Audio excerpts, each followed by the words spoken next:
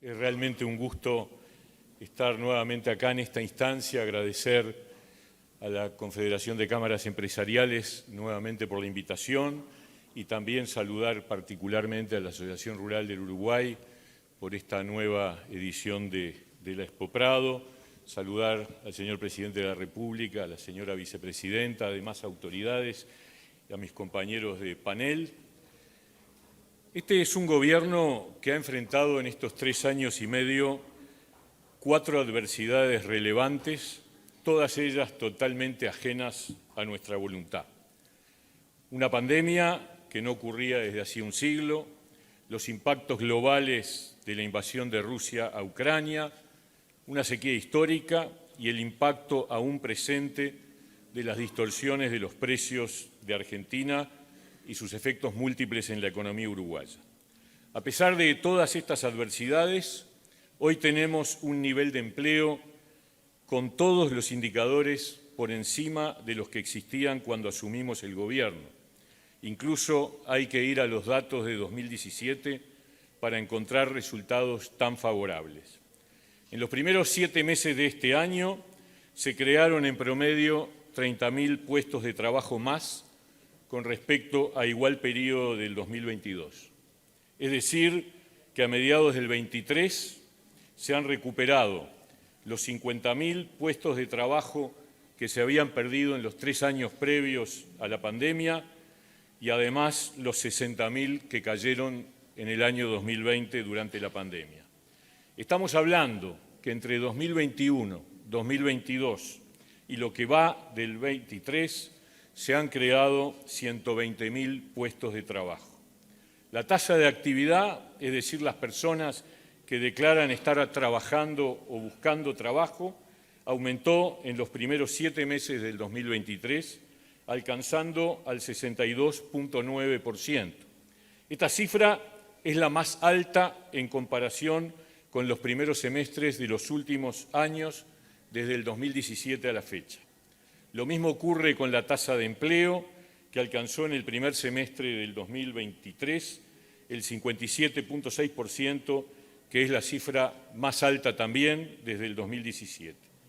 Con el dato más reciente de julio de este año, la tasa de empleo está aún más alta, alcanzando en ese mes el 58,6%, que es equivalente al primer semestre del 2016. Finalmente, la tasa de desempleo en julio del 2023 se ha ubicado en el 7,8%, que es más baja que la de julio del 22, también que la de julio del 19 y 2,7 puntos más baja que la de febrero del 2020.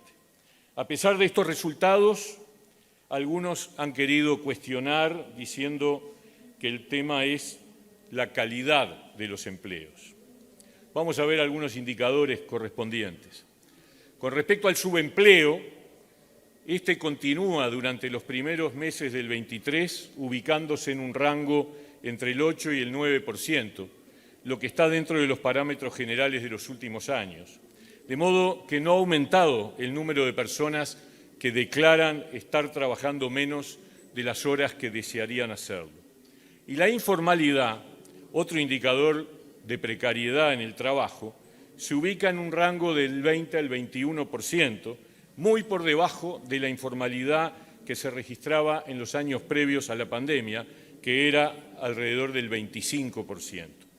Este indicador representa una mayor proporción de trabajadores con acceso a derechos, como subsidio por desempleo, subsidio por enfermedad y también la cobertura previsional.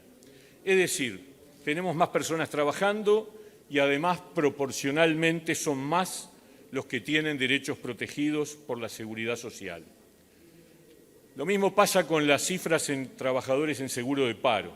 Los números del primer semestre del 23 registran un promedio mensual más bajo que el promedio de los primeros semestres de los años anteriores, incluido el año 2019. Hay que ir a 2018 para encontrar un promedio mensual más bajo de trabajadores en seguro de paro durante el primer semestre. Y todos estos datos de empleo, a pesar de que los datos de empleo del litoral están directamente afectados por la situación argentina.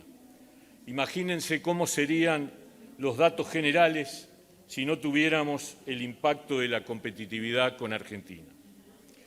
A su vez, en materia de capacitación laboral, desde el Instituto Nacional de Empleo y Formación Profesional, se alcanzó en el año 22 a casi 50.000 trabajadores, lo que representa un 49% más que en 2021. Del total de personas capacitadas, más de 23.000 fueron del interior del país. La mitad de las personas capacitadas tenían entre 20 y 35 años y 2/3 de ellas eran mujeres. Y en materia de salarios, hoy podemos afirmar que en promedio, con los datos de julio de 2023, los principales analistas de nuestro medio señalan que el incremento del salario real promedio interanual se ha incrementado en un 4% y se ubica por encima de febrero del 20 y también por encima del promedio de 2019. O sea, que el promedio de los ingresos salariales ya ha superado los niveles del año previo a la pandemia. Pero además, con las pautas salariales de la 10ª ronda, se garantiza la recuperación completa para cada mesa de negociación. De modo que no solo el promedio del salario se recuperó, sino que se recuperará el poder adquisitivo de cada sector de actividad, con la única excepción del conjunto de trabajadores vinculados a los sectores pero muy afectados, como el turismo, que son alrededor del 5% del total, en donde el impacto ha sido no solo en el salario, sino también en la subsistencia de las propias empresas y, por lo tanto, la recuperación allí demorará un poco más. Por otra parte, el salario mínimo nacional, que es una referencia para la fijación de las remuneraciones de muchos trabajadores informales, aumentó en 2020 por encima de la inflación y en 2021 y 2022 aumentó en línea con la inflación, por lo que en ningún momento para quienes cobran el salario mínimo nacional ocurrió una caída de su poder adquisitivo. De esta forma se confirma el cumplimiento cabal del compromiso que asumimos hace 3 años, cuando en el medio de la pandemia no tuvimos otra alternativa que asumir una caída del poder adquisitivo del salario, pero dijimos que se recuperaría en el transcurso de este periodo de gobierno y aquí estamos diciendo cumplimos. Conviene, además, tener en cuenta algunos datos comparados, porque no vivimos en una burbuja. Tomando como referencia el informe presentado por la OIT sobre el año 2022, el salario promedio a nivel mundial en 2022 se redujo un 0,9% en el planeta entero. En América del Norte cayó un 3,2%, en América Latina un 1,7%, en Europa un 3,3%, mientras que en Uruguay en el año 2022 creció un 1%. Por otra parte, un informe de OCDE muestra que en 2022 31 de los 32 países de OCDE registraron una caída del poder adquisitivo del salario real y en el primer trimestre del 2023, en promedio, los países de la OCDE registran una caída de 3,8%, mientras Uruguay registra un aumento de 4%. Mientras tanto, en nuestro país el incremento del salario real sigue aumentando. Pero vayamos ahora a lo que yo llamo una política con mirada de mediano y largo plazo, es decir, las respuestas frente a los desafíos para un desarrollo sostenible. Vamos a destacar las líneas de trabajo que estamos dejando en funcionamiento para los próximos tiempos, más allá de este gobierno, porque además de resolver las urgencias que en esta cartera siempre implica dar respuestas inmediatas a demandas urgentes, un gobierno tiene que mirar lejos y trazar las políticas pensando en el presente, pero también en el futuro de nuestra gente. En primer lugar, hemos realizado cambios en materia de relaciones laborales y de negociación colectiva. Se sancionó la Ley 20.127, que establece el procedimiento para obtener el reconocimiento de la personería jurídica, tanto de organizaciones de trabajadores como de empleadores.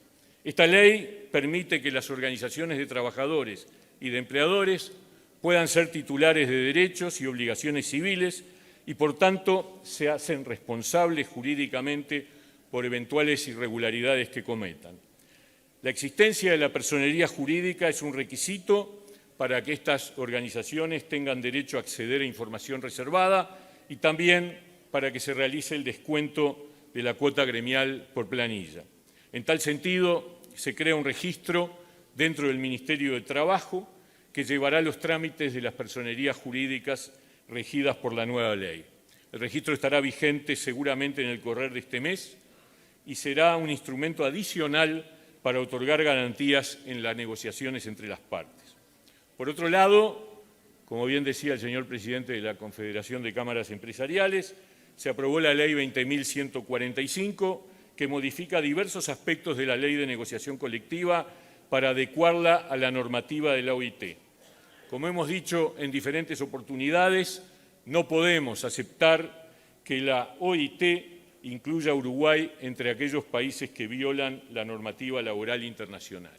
Esta nueva ley finalmente establece la adecuación de las reglas de la negociación colectiva a la normativa internacional, quedando pendiente un punto referido a la negociación salarial bipartita. En tal sentido, decimos que vamos a solicitar a la OIT su asistencia técnica para avanzar en la discusión y solución del tema pendiente, que como todos sabemos no es, por cierto, nada sencillo. Debemos destacar que todas estas iniciativas de cambios se realizaron cumpliendo con el paso previo de informar y escuchar a todos los actores sociales. Voy a incorporar algunas referencias que se hicieron en la intervención del señor presidente de la Confederación de Cámaras Empresariales. Se habla de la necesidad de reconocer la flexibilidad en la distribución del tiempo de trabajo en estos tiempos que estamos viviendo. Quiero decir al respecto que la ley de teletrabajo actualmente vigente lo reconoce al respecto del trabajo a distancia. Por supuesto que tendremos que seguir avanzando y analizando en el marco del diálogo social instrumentos que acompañen un cambio en el mundo del trabajo que implica un dinamismo particular y también una mayor flexibilidad en favor de las partes, de los empleadores y también, por cierto, de los trabajadores. Sobre la negociación atendiendo heterogeneidades, la negociación colectiva atendiendo heterogeneidades, quiero decir que este gobierno ha intentado incorporar algunas cosas. Recuerdo que en la 9ª ronda de Consejo de Salarios nuestras pautas incluían pautas diferenciales según tamaño de las empresas. Y en las actuales incorporamos la necesidad de que las partes vayan analizando si cada sector pertenece o no a bienes transables y no transables, en la perspectiva de que hay que establecer mecanismos de negociación diferenciales. Y en ese sentido también recordamos en las pautas presentadas este año que se atendiera la situación particular del litoral. Son ejemplos. En la mayor parte de los casos, hay que decirlo, las partes luego en el diálogo bipartito que corresponde no han reconocido o no han incluido estos cambios. Por lo tanto, no es solo un tema de que si el gobierno plantea o no plantea, sino es si las partes lo incorporan o no lo incorporan. Con respecto a los descuelgues, sin duda yo creo que es importante pensar, terminar de definir el camino para que los descuelgues sean de manera más razonablemente aceptable para las partes. Y finalmente, en materia de productividad, quiero anunciar que hemos iniciado un diálogo con los actores sociales para instalar algún grupo de trabajo que permita discutir en términos modernos y no solo entre las partes, trabajadores y empleadores, sino también otras miradas, desde la academia, desde los especialistas, desde la mirada de las consultoras, para tratar de dar un debate que está pendiente hace muchos años y que en algún momento se intentó incorporar en la discusión entre las partes en la negociación colectiva y no fue incorporado por los propios actores. En segundo lugar, estamos construyendo ámbitos e instrumentos para mejorar la empleabilidad y el acceso al empleo de nuestros ciudadanos. Dimos aprobación a la Ley de Promoción del Empleo para sectores vulnerables. Todos sabemos que hoy hay subsidios para los empleadores que contraten personas pertenecientes a colectivos particularmente afectados. No hemos alcanzado aún el nivel de utilización de este instrumento como nos hubiera gustado, pero seguimos trabajando en su difusión y promoción. Por otro lado, estamos construyendo el Sistema de Información del Mercado Laboral, el SIMEL, que el año pasado, a partir de la firma de un acuerdo entre el Ministerio de Trabajo y la OIT, ha quedado instrumentado. Está en este momento culminada su primera etapa. Esta semana hicimos la presentación con la participación por primera vez en la historia de una conjunción de datos cruzados entre el Instituto Nacional de Estadística, el Banco de Previsión Social y el Ministerio de Trabajo. Pero además de eso vamos a ir incorporando luego otros actores gubernamentales, pero también las universidades, los centros de estudio y todo lo que significa la producción de conocimiento del sector privado, con el objetivo de conectar de una forma más fluida la oferta y la demanda del empleo. En tercer lugar, hemos fortalecido también los mecanismos de protección de los derechos de los trabajadores. Hemos aumentado de manera muy significativa el número de inspecciones, a pesar de las dificultades logísticas que implicó la pandemia, alcanzando en la actualidad a un número de empresas por año que representan alrededor de 100.000 trabajadores en cada una de las dos áreas de inspección. Pero además hemos impulsado un cambio histórico en el procedimiento administrativo de las inspecciones. Por primera vez, desde hace 50 años, se han modernizado las normas del proceso administrativo de las inspecciones, previendo la reducción de la duración de los trámites de manera muy significativa, sin afectar las normas del debido proceso y asegurando que las decisiones que deban adoptarse como resultado de las inspecciones tengan el trámite fluido y eficiente que deben tener para consagrar efectivamente los derechos de los ciudadanos a un proceso administrativo rápido y oportuno. Corresponde señalar que toda esta transformación que modifica el procedimiento establecido en los años 70 del siglo pasado se realizó en consulta con la OIT y con especialistas del derecho administrativo. Pero además acabamos de concluir por primera vez la elaboración de un plan de inspecciones, un Plan Nacional de Inspecciones. Este instrumento novedoso es un paso muy relevante para definir criterios objetivos y técnicos en la orientación de la inspección en los próximos años. En cuarto término, pero sin duda la respuesta más importante al mayor desafío para un desarrollo sostenible, es sin duda la reciente aprobación de la reforma de la Seguridad Social. Una reforma necesaria que construye un futuro de sostenibilidad de las prestaciones previsionales para los próximos años, garantizando el futuro de nuestros jóvenes. Una reforma que promueve la equidad en cuanto su contenido permitirá elevar las jubilaciones más bajas a través de la instalación del complemento solidario, que establece la convergencia hacia un régimen previsional común, eliminando o reduciendo sustancialmente las diferencias y privilegios actualmente existentes, y que además incorpora el derecho al trabajo para todos los jubilados, lo que ya está vigente desde hace un mes.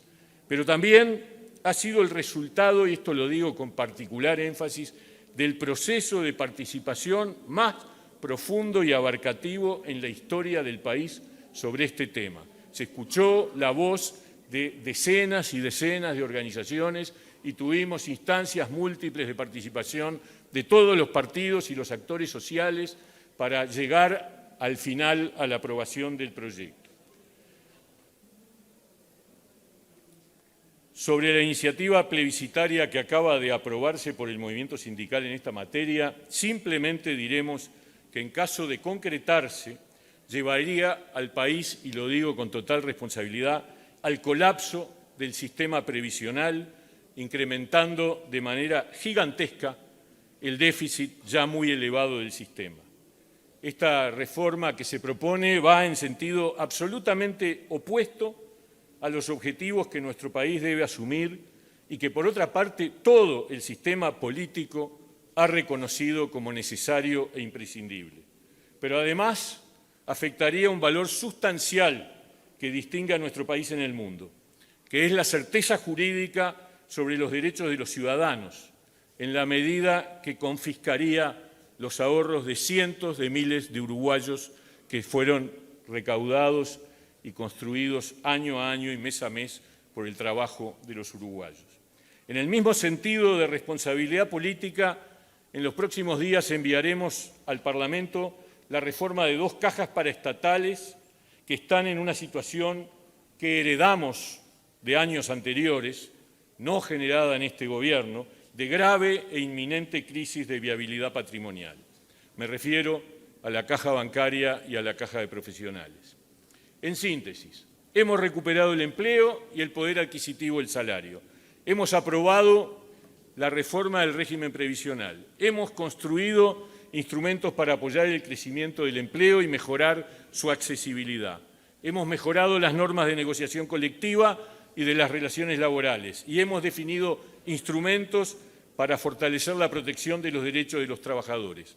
Estos cambios están en línea con dar respuesta a los desafíos del desarrollo sostenible, pero sobre todo son cambios que se proyectan hacia el futuro y que trascienden un periodo de gobierno, dejando bases establecidas para el futuro próximo. Termino esta intervención con la misma frase que terminamos nuestra intervención de un año atrás. Nuestro país es hoy una referencia internacional por su estabilidad institucional, la certeza jurídica, el equilibrio económico, la capacidad de recuperar el crecimiento y el empleo a un ritmo más rápido del que se pronosticaba, por haber expandido el gasto social de manera muy significativa para sostener a los más débiles, y agrego ahora, este año, por haber recuperado el poder adquisitivo del salario y también más rápido de lo que se esperaba, y haber aprobado una reforma previsional como garantía para los más jóvenes. Un buen gobierno no es el que piensa en las próximas elecciones, sino el que piensa en las próximas generaciones. Lo han dicho varios antes que yo, por cierto, y creo que este gobierno está honrando esa concepción. Muchas gracias.